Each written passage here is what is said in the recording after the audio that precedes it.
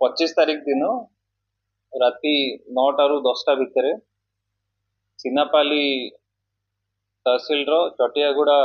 गाँ पाखे विजय express way गोटे कलरपत्रिया बाघ छाल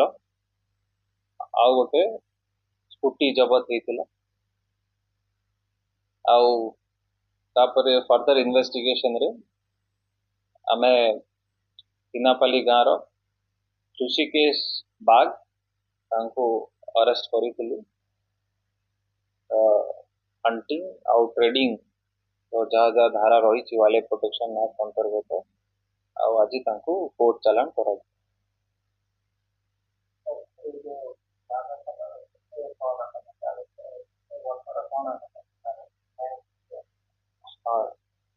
सो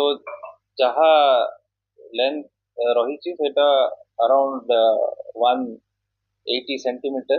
हेड टू टेल आउ जदि सेटा आमे चार्ट रे देखिबा ताले सब अडल्ट बढ़िया लगुच एबे तार ताकू फॉरेंसिक एग्जामिनेशन पे पठा जीवो तार तापर ही डिटेल जना पड़िबो कि कौन तार से जो लेपर्ड मरी तार डिटेल तापर आमे जानि परिबो एबे पर्यंत जन को अरेस्ट करा जायछि इन्वेस्टिगेशन एबे भी चली आमे बाहर करने को चेष्टा करूँ कि कौटू से हंटिंग टा होता जहाँ जमी जना पड़ो आपको आम जन